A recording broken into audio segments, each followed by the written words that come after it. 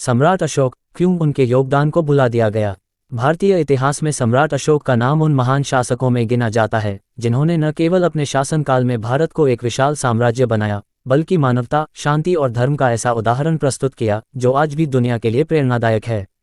परंतु ये सवाल उठता है कि इतने महान सम्राट होने के बावजूद उनके योगदान और व्यक्तित्व पर चर्चा क्यों नहीं होती? अशोक का योगदान, भारत का मान सम्मान बढ़ाने वाला शासक। एक सबसे बड़ा साम्राज्य स्थापित किया। अशोक के शासनकाल में मौर्य साम्राज्य भारतीय इतिहास का सबसे बड़ा साम्राज्य था। उन्होंने वर्तमान भारत, नेपाल, पाकिस्तान, अफगानिस्तान, बांग्लादेश और ईरान के कुछ हिस्सों तक अपने साम्राज्य का विस्तार किया। उन्होंने भारतीय संस्कृति और बौद्ध धर्म का प्रचार विदेशों तक किया, जिससे भारत का गौरव बढ़ा। 2. बौद्ध धर्म का प्रचार और शांति का संदेश। कलिंग युद्ध के बाद अशोक ने बौद्ध धर्म अपनाया और अपने साम्राज्य में अहिंसा, शांति और करुणा का प्रचार किया। उनके पुत्र महेंद्र और पुत्री संघमित्रा ने श्रीलंका और दक्षिण एशिया में बौद्ध धर्म का प्रचार किया। उनकी वजह से बौद्ध धर्म चीन, जापान, कोरिया और मंगोलिया तक पहुंचा। 3. सामाजिक सुधार और जनकल्याण। अशोक ने जनता की भलाई के लिए अस्पताल, सड़कें, सराय और जलाशयों का निर्माण कराया। उन्होंने पशु वध और बलि पर प्रतिबंध लगाया और किसानों के लिए सिंचाई की व्यवस्था की। उनके द्वारा स्थापित धर्म ने समाज में नैतिकता और समानता को बढ़ावा दिया।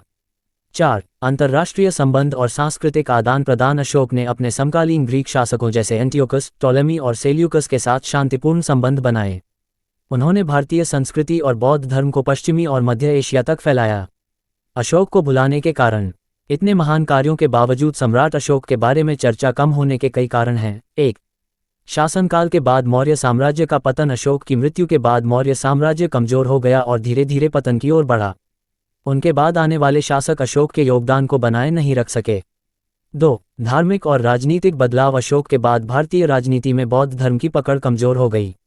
गुप्त काल के दौरान हिंदू धर्म का पुनर्जागरण हुआ और बौद्ध धर्म को धीरे धीरे हाशिए पर धकेल दिया गया। इससे अशोक और उनके योगदान की स्मृति भी धुंधली पड़ गई। 3. इतिहास का गलत लेखन। मध्यकालीन भारत में मुस्लिम आक्रमणों और राजाओं पर अधिक ध्यान दिया गया। ब्रिटिश राज में भी भारतीय इतिहास को इस तरह लिखा गया कि मौर्य और गुप्त साम्राज्यों जैसे स्वर्णिम काल पर कम ध्यान दिया गया।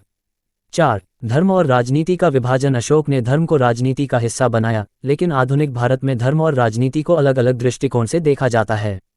इससे अशोक के धम्म की नीति को अधिक महत्व नहीं दिया गया। 5. संदर्भों की कमी। अशोक के जीवन के बारे में जानकारी मुख्य रूप से उनके शिलालेखों से मिलती है। लंबे समय तक उनकी शिलालेखों और स्तंभों को इतिहासकारों ने सही से नहीं पढ़ा, जिससे उनके योगदान को समझने में देरी हुई। सम्राट अशोक की विरासत को पुनर्जीवित करने की आवश्यकता। 1. राष्ट्रीय प्रतीक और अशोक चक्र। अशोक का सारनाथ का सिंह स्तंभ भारत का राष्ट्रीय प्रतीक है। भारतीय तिरंगे में अशोक चक्र भी उनकी विरासत को दर्शाता है। ये हमारी जिम्मेदारी है कि इस प्रतीक के पीछे के व्यक्ति और उसके आदर्शों को जन जन तक पहुंचाया जाए। 2. बौद्ध धर्म और विश्व शांति। अशोक का बौद्ध धर्म और अहिंसा का संदेश आज के समय में भी उतना ही प्रासंगिक है। ग्लोबल वार्मिंग, हिंसा और युद्ध के समय में अशोक की शिक्षाएं मानवता को दिशा दे सकती हैं। 3. शिक्षा और इतिहास में सुधार। स्कूलों और विश्वविद्यालयों में अशोक के जीवन और उनके योगदान पर अधिक ध्यान दिया जाना चाहिए। उनकी नीतियों और सामाजिक सुधारों को पाठ्यक्रम का हिस्सा बनाना चाहिए। 4. अंतर्राष्ट्रीय स्तर पर प्रचार। जिस तरह अशोक ने बौद्ध धर्म को दुनिया में फैलाया, उसी तरह आज भारत को उनकी विरासत को अंतर्राष्ट्रीय मंच पर प्रस्तुत करना चाहिए।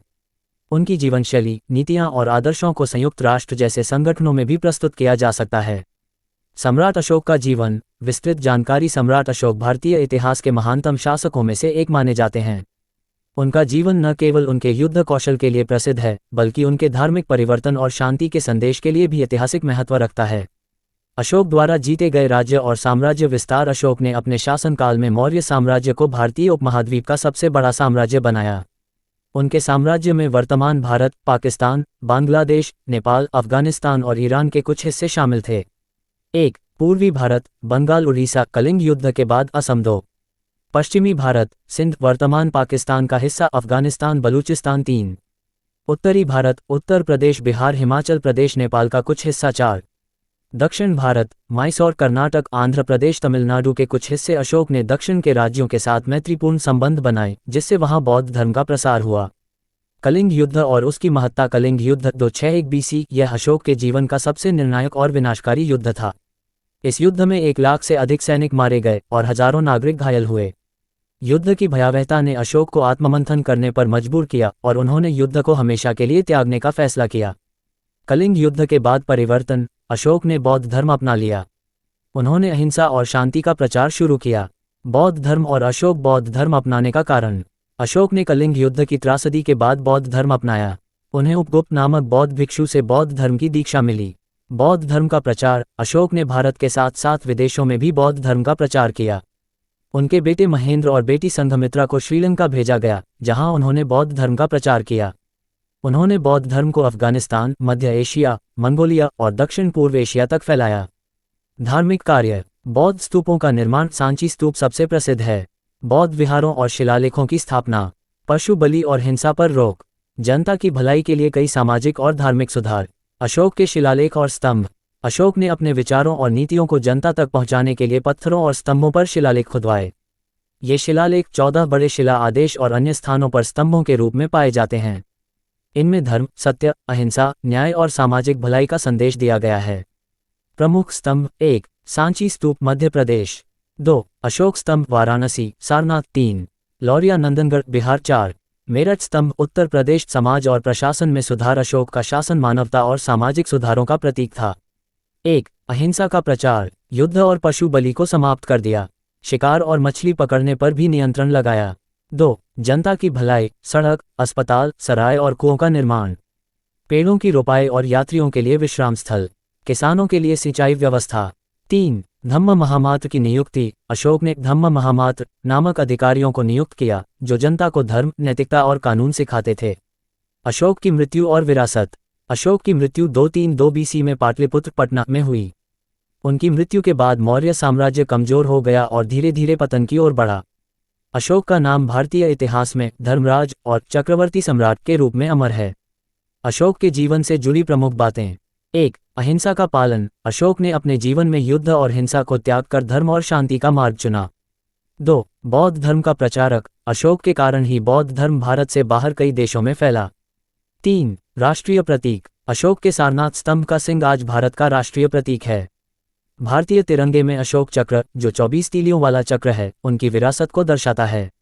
अशोक चक्र, जो 24 तीलियों वाला चक्र है, उनकी विरासत को दर्शाता है। सम्राट अशोक का जीवन एक प्रेरणा है कि कैसे एक व्यक्ति अपनी गलतियों से सीखकर मानवता और धर्म का मार्ग अपना सकता है। अंतिम विचार: सम्राट अशोक केवल एक शासक नहीं थे, वे एक विचारधारा थे जो शांति, अहिंसा और धर्म का प्रतीक है। उनके द्वारा स्थापित बौद्ध धर्म और उनके सामाजिक सुधार भारत की आत्मा में बसे हुए हैं। ये दुर्भाग्यपूर्ण है कि भारतीय इतिहास में उन्हें वह स्थान नहीं दिया गया जिसके वे हकदार थे। आज जब दुनिया हिंसा और अशांति से जूझ रही है, अशोक का जीवन और उनकी शिक्षाएं मानवता को सही मार्ग दिखा सकती हैं। भारत को गर्व होना चाहिए कि उसने ऐसा सम्राट दिया जिसने न केवल भारत को बल्कि पूरी दुनिया को शांति और धर्म का मार्ग दिखाया। अब समय आ गया है कि हम सम्राट अशोक की विरासत को फिर से जागृत करें और उनके विचारों को जीवन में अपनाएं। सूचना सिर्फ मान्यताओं और जानकारियों पर आधारित है। यहाँ ये बताना जरूरी है कि यह मेरा वीडियो किसी भी तरह की मान्यता, जानकारी की पुष्टि नहीं करता है। किसी भी जानकारी या मान्यता को अमल में लाने से पहले संबंधित विशेषज्ञ से सलाह लें। धन्यवाद।